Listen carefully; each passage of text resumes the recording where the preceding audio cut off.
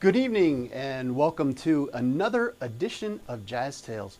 Thanks so much for joining us on this wonderful, here on the East Coast, at least in the eastern shore of Maryland. It's a beautiful day, and I hope it is wherever you are as well. Thanks so much for joining us. I'm a wonderful person with us tonight that I've known for a long time. We actually spent 7 years on the road together, and I'm just so happy that he's here with us. Let me tell you about Darryl Brenzel. Saxophonist, composer, arranger, and educator, Darryl Brenzel's career runs the gamut from working with small groups to big bands to symphony orchestras. He currently leads his own jazz trio and quartet, which has performed at venues in Washington, D.C., Baltimore, and New York City, to include the Kennedy Center, Blues Alley, and the East Coast Jazz Festival. He has performed in Pops concerts with the National Symphony Orchestra, the Baltimore Symphony Orchestra, the Boston Pops, the Pittsburgh Pops, the Cincinnati Pops, and others. From 1988 to 2008, Darryl was a member of the U.S. Army Jazz Ambassadors, where he served as saxophone soloist, chief arranger, and eventually associate director. In 2008, Darryl was recognized by the Maryland State Arts Council with an Individual Artist Award in Solo Instrumental Performance. Darryl's career as a performer has taken him around the world with performances throughout North America, India, Japan, and Europe. He has appeared at major jazz festivals to include Montreux, North Sea, Newport, Nice, and the Jacksonville Jazz Festivals. He's performed with such artists as the Beach Boys, Chris Isaak, Lil Anthony, the Drifters, Jerry Butler, the Jimmy Dorsey Orchestra, the Nelson Riddle Orchestra, and plenty of others. It's my pleasure to welcome this evening Darryl Brenzel. Welcome, Darryl. Thanks so much for being here. I appreciate it, Fred. I'm glad to be here. Oh, man, I'm so glad that you said yes. Yeah, why would I say no?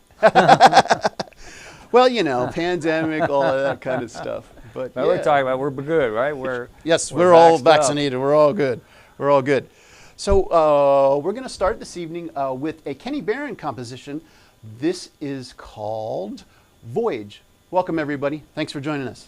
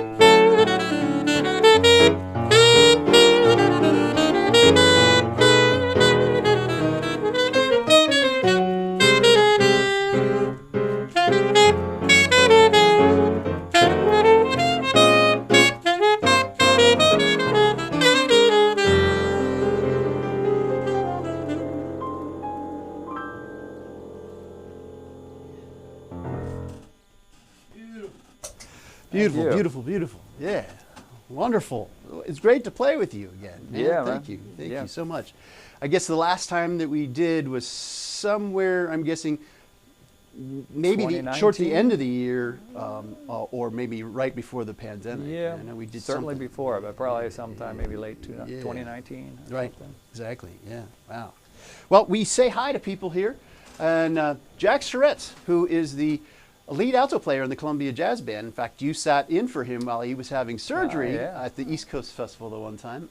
Jack says, dinner was postponed tonight, but have an appetite for some jazz. Thanks for joining us, Jack. Appreciate it. Janet and Lou Russo up in Nutley, New Jersey say Fred and Darryl have a great show. Thanks. Annetta and David Aragona in Montville, New Jersey say, hi, Fred and Darryl, looking forward to the music. Ed Reffeld in Washington, D.C. says, hi, Fred and Darryl, looking forward to the music and the discussion. Steve Aragona and Laurie Winnick up in Easton, Pennsylvania say hi, Darryl and Fred. And Ed already says sweet. All right. So, all right, everybody's happy. That's good. Thank you so much, folks. What are we going to do next, Darryl? Since it's late in the month, we're going to say, I'll remember April. Okay, okay, great. Soon we will be remembering it. Yes, we will.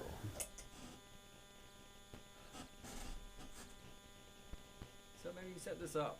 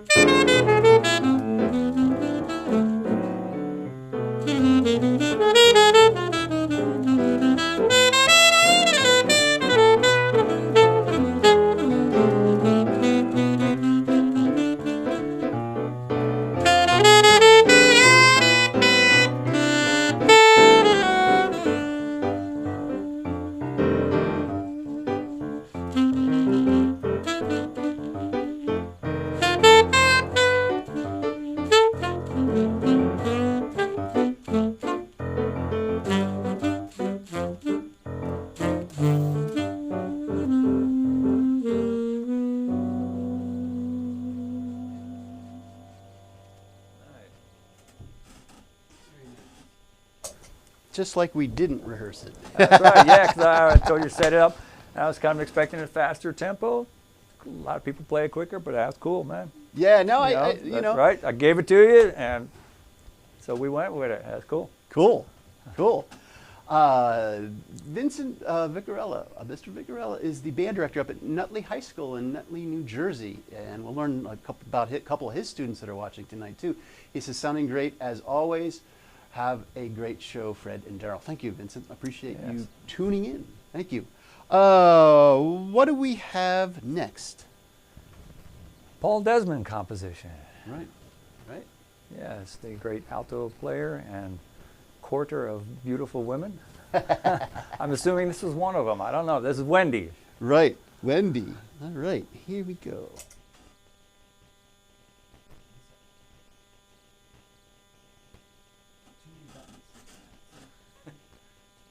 New tune title. Too many buttons. 1, 2, 3.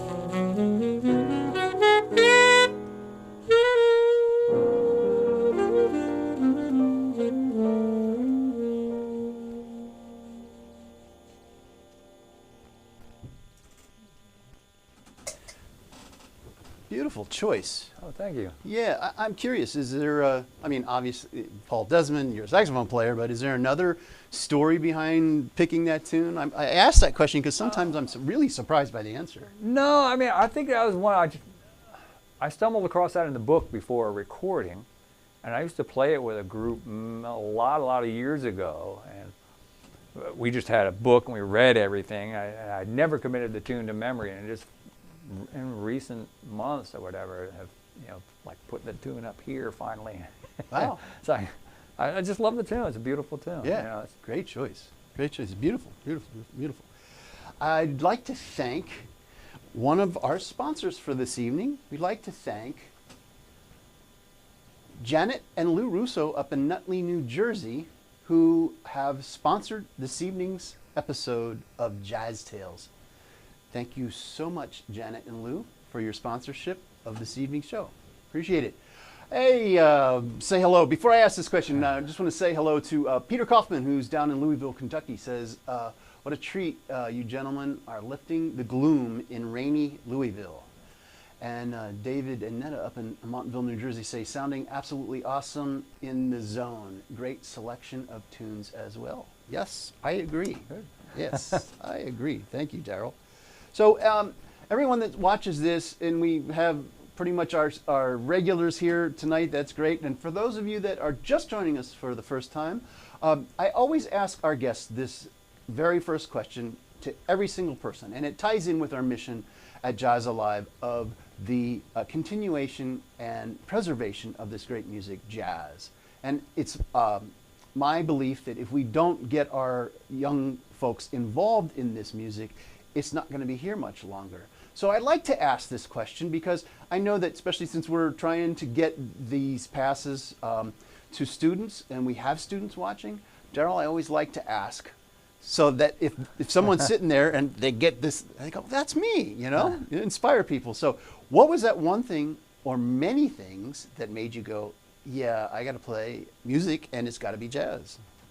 Yeah, so it definitely wasn't like one thing where all of a sudden, you know, some epiphany and it's like, there's my life calling. But it was just a gradual and somewhat, I guess, organic progression. Like a lot of kids, my first experience with playing music was piano lessons. I started in the 3rd grade. I don't think I had a choice in it. And I didn't practice a whole lot, you know. And I regret that, but a year later started in band in elementary school. Started playing. I went to grew up in a very small town, went to a small school. It was like all the kids in the same building. Kindergarten through 12th graders rode the same buses, all that kind of stuff. So I had one band director from 4th grade up through my senior year of high school and stuff. But so he gave me my first saxophone lessons. My parents didn't go the rental route. They bought an old horn that I can still picture, this dark brown case with this reddish burgundy velvet interior that was musty. I don't know how long it had sat in someone's attic. You know, it had some rubber bands in place of springs, the little blue ones that come around the newspaper. Right. You know, and that's that's what I started on. You know, started playing. I guess I was 6th grade. My parents bought me a new Con, which was, you know, student model. It was bottom of the line, but it was my new horn. So, and I think I'd almost thought about giving it up at that point, but I got that new horn and started playing. But I guess, you know, my band director, he was a gigging musician. His principal instrument was trumpet, but he played a lot of piano. And he would sometimes, even with like elementary school, he would play a little blues and tell people, play whatever. And everybody's like, what do you mean? No, just play whatever, you know. Wow. So that was my first experience improvising, and I kind of liked it, you know. He would sit there sometimes, find this chord, and I'd play something, he'd smile. I don't think I probably got any right notes, but I guess the fact that I just dove in and went for it, you know. But then, you know, got better, and that's when it gets to be more fun, you know, when you get better. And then we had like a group of 5 of us all lived on the same street, where we had a piano player, a bass player, a drummer, and a trumpet player, and a saxophone player. The drummer being the band director's son, so we put together a little group and we would rehearse in his basement, and we started learning some tunes, played at the talent contest at the county fair, all those kinds of things. And you know, I was involved in sports. Being from a small school, it was easy to be involved in a lot of things.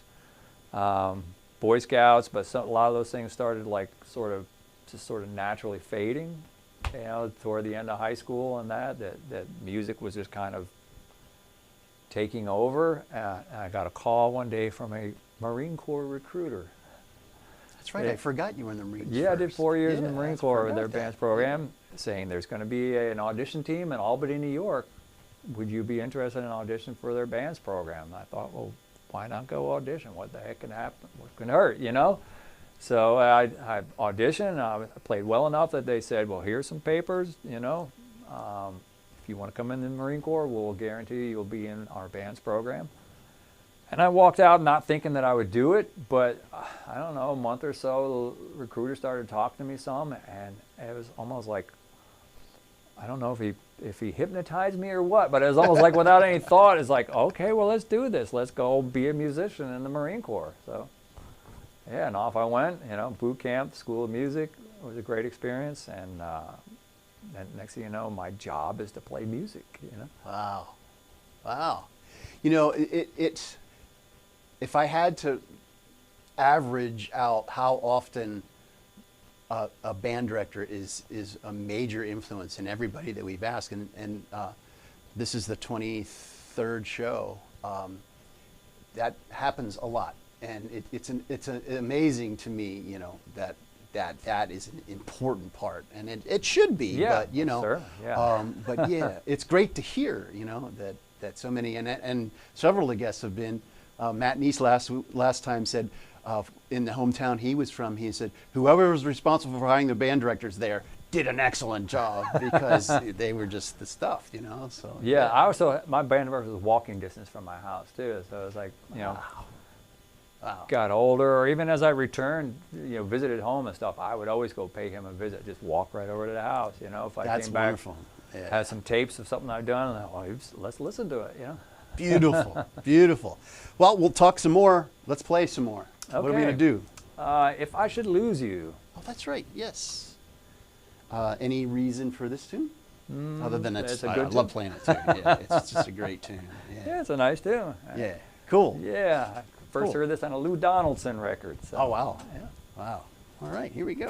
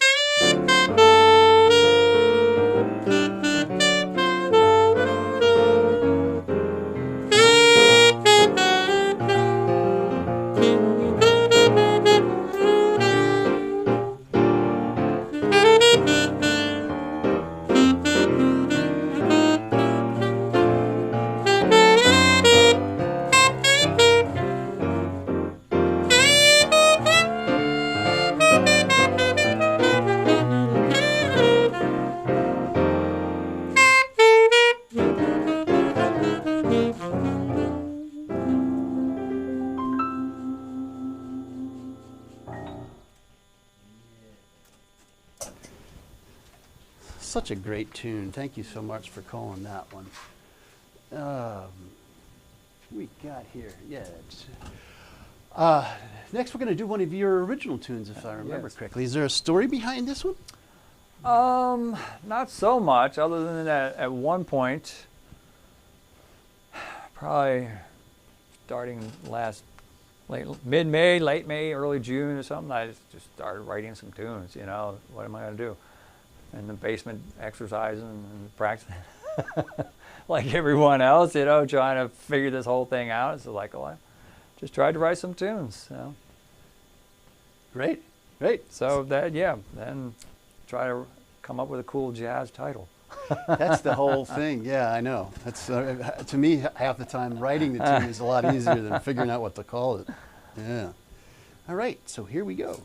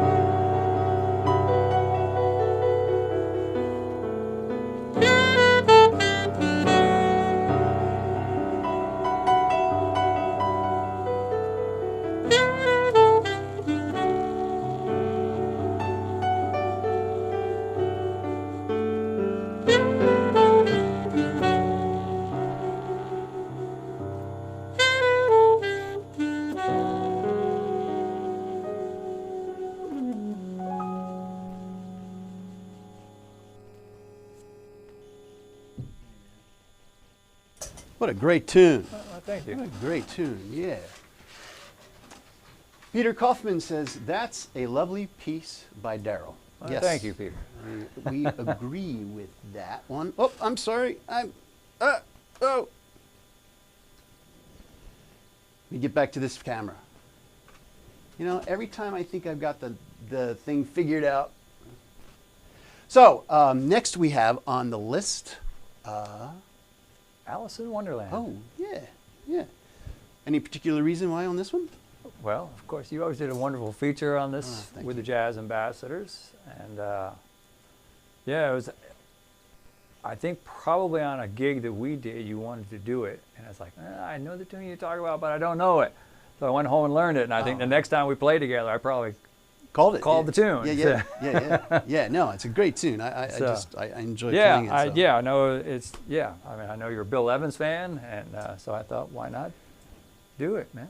Good choice. Good choice. We have Ed in DC says lovely. Yes, I think your tune is a hit. So, cool. May I set this one up? You sure may. Just don't confuse me.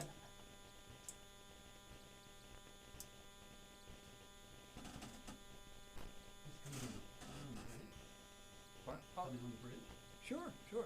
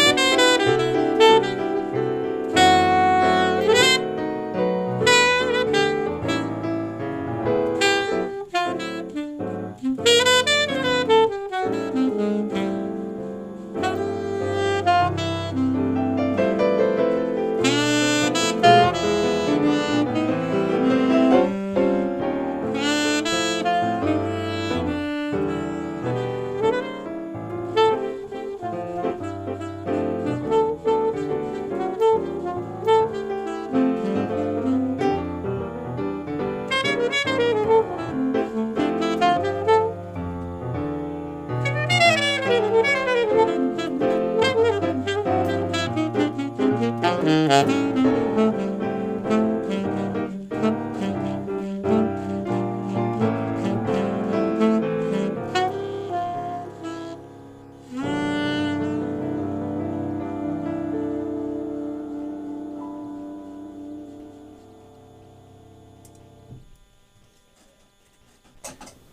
you for doing that one. I really do enjoy that tune. It's a great tune. Nobody could tell. Really beautiful tunes this evening. Thank you, Steve and Laurie up in Easton. We appreciate it. Before we move on to the next interview segment, I do want to one more time thank Janet and Lou Russo, who sponsored this evening's episode of Jazz Tales. Thank you so much, Janet and Lou. If you'd like to know more about how to do that, I hope that you'll go to our website, jazz-alive.org, and find out more about either a student sponsorship or a show sponsorship, either one. They're both on the sponsorship tab of the website. So Darryl, next, I wanted to talk about mentors, but do you mind before we do that? I'd just like to just go into, for a second, I mean, you're such a great composer, a great arranger. I'm just going to come to this camera for a second. Folks, you got to hear his adaptation of The Rite of Spring for jazz band. It is absolutely amazing. Really, really, really great arrangement. So I'd like to ask, you know, what is it that drove you to writing? I mean, you know, obviously playing's enough, but there's that, when you make, at least in my mind, when you make that conscious step, that's a... Yeah, I don't know. You know, when I was in high school, I had my first attempts at composing. I didn't try to arrange, but, you know, like the group we had, I tried to write a couple little ditties for it, you know. Oh, wow. I was thinking about, I can't remember the name of the group. Do you remember that old tune, The Letter? Yes. Give me the ticket for it. Letter, right, so I remember like trying to write a contrafact on those chord changes, you know, do this little groovy. Our group was more like a jazz rock group, I guess you would call it at that time. So I thought, well, those chord changes sound cool, so I tried to write a melody over it, you know. Wow. But I actually, when I was at the School of Music, I tried to write a couple big band charts, and I wouldn't want to hear them right now. But like one was a John Clemmer tune, you know, like one of these real, like, I don't know, real easy kind of tune, but you know, then I studied a lot of harmony and some arranging. I didn't study big band arranging at Berkeley. I did write for 6-horn groups and went through their chord scales, of course. But then playing full time in a big band, I was just inspired by the writers that were all in that band. You know, Vince Norman, you know, Gene Thorne writing for the band, Eric Richards writing for the band. Jim Roberts was gone, but we had a bunch of his charts, Sure. and that band has a legacy of great writers because Dave Wolpe was in that band, and John Barry was in that band writing for the band. And it's like, the band's sitting right there, so why shouldn't I try it, you know? I was composing for an 11-piece group at the time where we had 7 horns, so it was like, well, why not just do that, you know? Very cool. It probably took 15 charts where I didn't have the fear of God in me. When I brought it in and had the band play it, all I think is, just please don't let it stink. It doesn't have to be great, just don't let it stink. You know? Yeah. But there's nothing like it, man, whether it's an arrangement or original, to write for an ensemble that big, and especially an ensemble the caliber of the Jazz Ambassadors. Certainly. To put your music on the stand and hear them play it, man, and it comes to life, and it's like, wow, you know. Wow, that's great. You know, I remember Gene Thorne sat in front of me on the bus, and you sat next to him, right? If I remember correctly. Yeah. And I remember he would just sit there and whole bus ride study like Thad Jones arranging, you know. And yeah, then, I did a lot of that same stuff for a while. I had these different arranging books. There's this amazing book that analyzes some of the Miles and Gill's tunes. It's like 400 pages, you know. I think it started out as someone's doctoral thesis, you know, and so 4 of the tunes from like those 3 great records, you know, and I spent like an entire tour just listening, and soaking that stuff up and learning. Wow. There's nothing like I know that when I first got in the band, I used to play a lot with Mike Crotty, and he said, "There's nothing like throwing it out there and seeing what works and what doesn't." Yeah. That's the best education. Yeah, just write it and try. I mean, and with the bands like that too, usually it sounds better than you ever imagined it because it's just what the guys bring to it. Wow. Wow.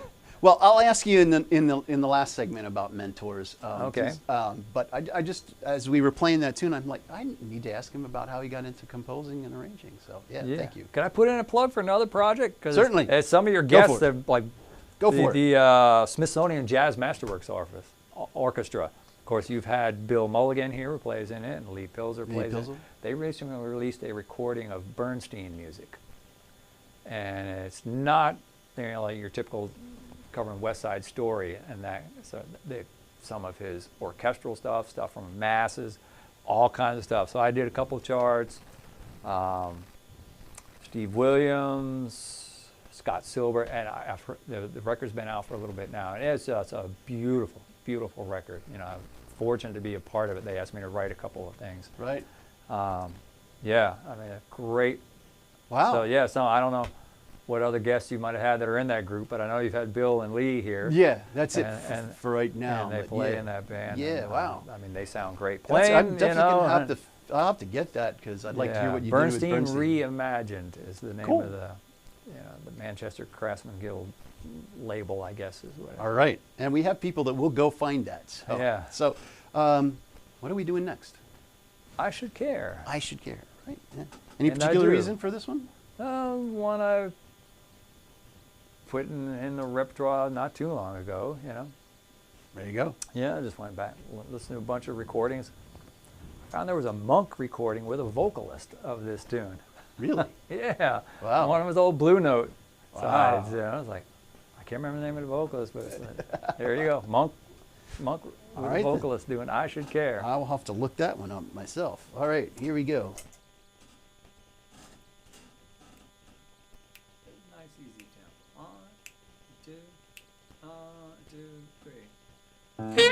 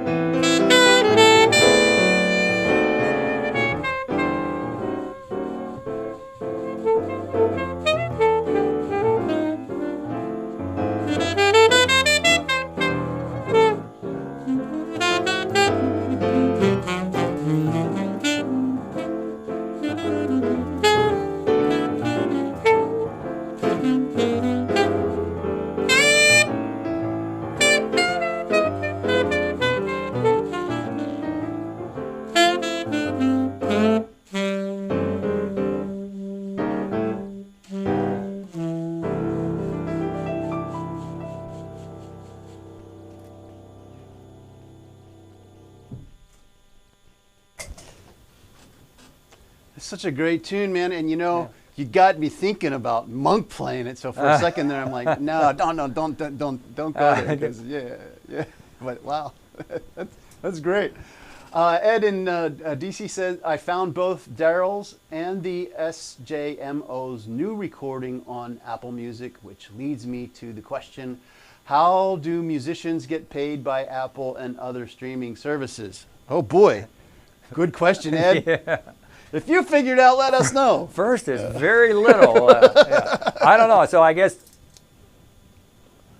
so my big band recording is out on a label. It's on the Innova record label out of Minneapolis. So they would have done that all through the label, I'm sure, or so I hope. Apple Music has never come to me, so we'll see. And then obviously the Smithsonian. I don't, other than writing those tunes and hand them in, I don't have much else to do with it. But yeah, I know the streaming services are not particularly high paying for musicians. No, they're not. And just in a nutshell, Ed, it really depends on how you've structured your deals with everything. Because of being the composer, and you have to go through that extra legwork to do it. So for instance, I'm affiliated with BMI, and the other institution that's popular with composers and arrangers is ASCAP. So I go through and I fill out to the different agencies that monitor these different things. So BMI knows, and if they're monitoring Pandora or any of those services, or somebody asks to record that tune, so it kind of trickles down, but yeah, it's not a lot. I mean, if you're a pop star and it's being played on the radio a lot, that's a whole different story. But yeah, for those of us, kind of, it's very trickly down. Love, isn't it? Yes, it is. It's a labor of love. It is. So we're going to do another of your originals? Another original, yep. Story or just? No, although I will say with like the two tunes that I brought in today, they say you can't escape your influences, right? So they're both kind of in that, we say that ECM-ish mode. I talk to some 20-some musicians now, and they don't understand what I say.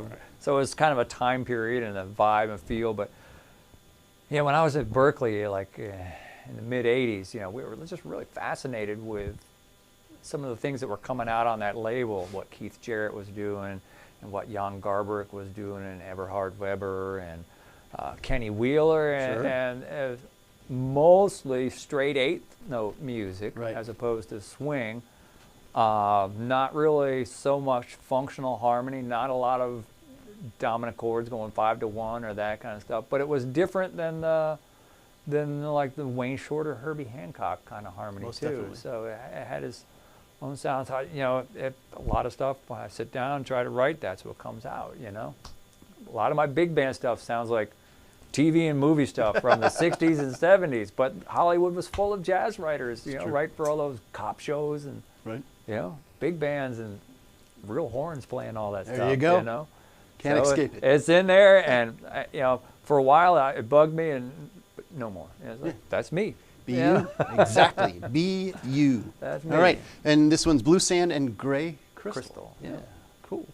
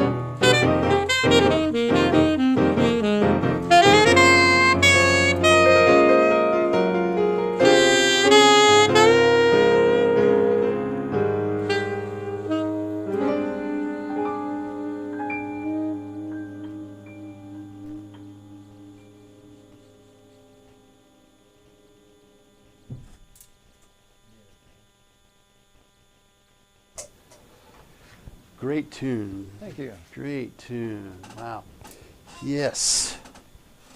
Folks, we'd like to thank some people for sponsoring students this evening. And first, we'd like to thank Netta and David Argona in Montville, New Jersey, who sponsored Max Lensick of Nutley, New Jersey, who's a baritone saxophone player and a member of the Nutley High School Jazz Ensemble and Wind Ensemble. Thank you, Netta and David. Next, we'd like to thank Janet and Lou Russo up in Nutley, New Jersey, who sponsored Jack Bumpus of Nutley, New Jersey, who's an alto saxophone player and a member of the Nutley High School Jazz Ensemble, Wind Ensemble, and Marching Band.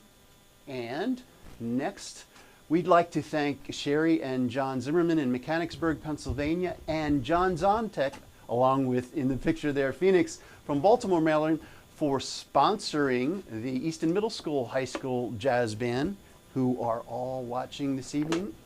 And we appreciate those folks for making that happen. We'd like to thank one more organization. We'd like to thank the Talbot County Arts Council for sponsoring all 25 episodes of Jazz Tales for the Easton High School Jazz Band here in Easton, Pennsylvania, or Easton, Maryland, I'm sorry, to watch the show for all 25 episodes. So thank you so much for the grants that they provided to make that happen.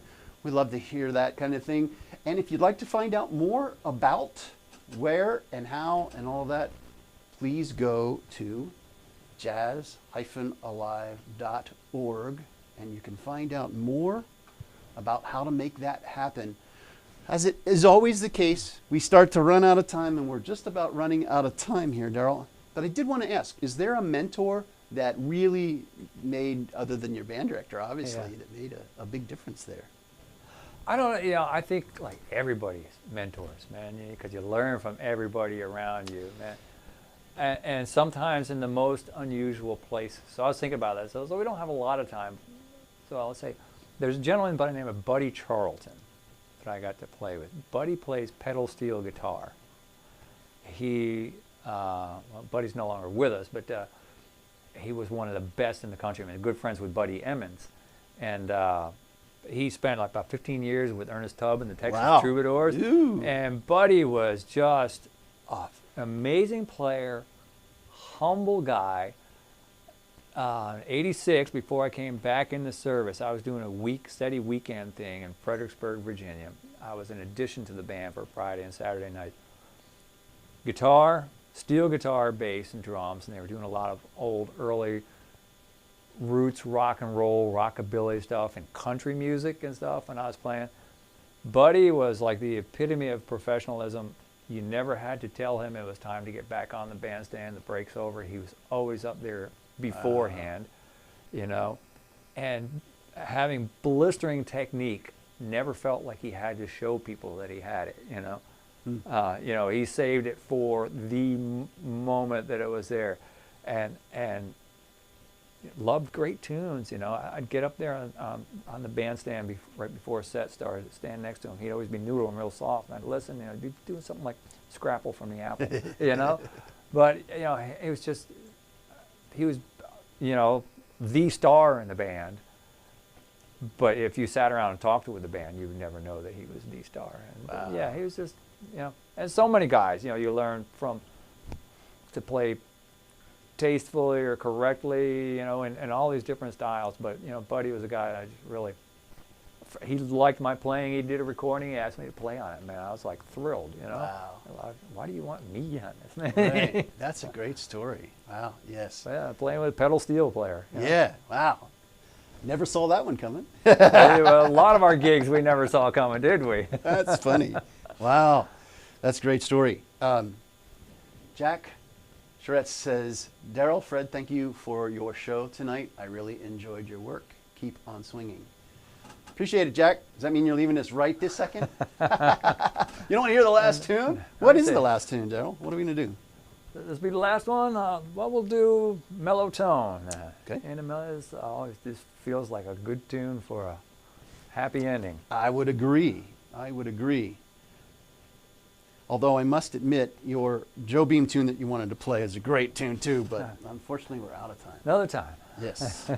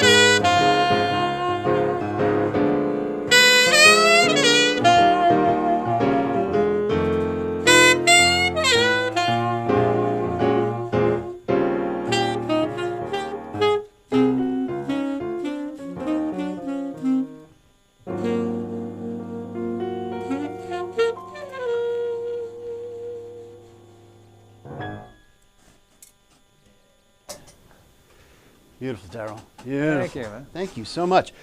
I can't tell you how happy that you're here, and we got a chance to at least talk a little bit about your story. We could go on for a lot longer. Yeah, we could. Yeah.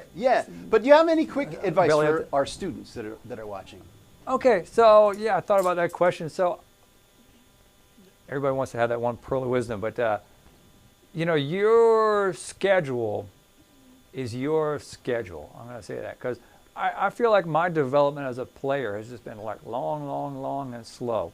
You know, you hear guys that come out of high school that are just blistering, you know, and if you're pursuing music, you know, your development, your growth, your coming into yourself and being able to play may take longer than others, you know.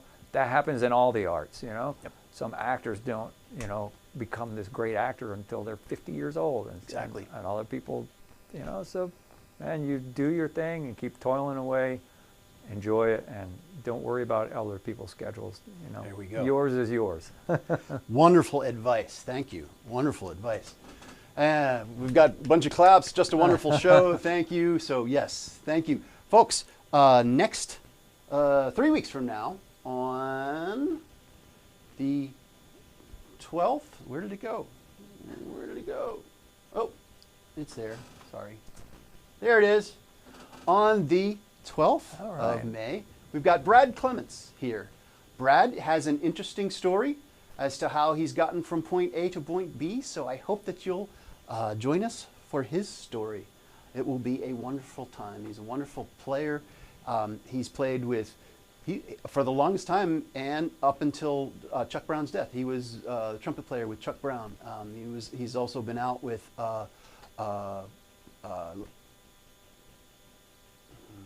I'm not going to pull the name right now, but it's in his bio. Go to the website, and you'll find out exactly what you need to know there. So, thank you so much for watching, and we'll see you next time. Darryl, thank you again for being with us. Thank you, Fred. All right. Enjoyed it a lot. Thanks, folks. See you in a couple weeks.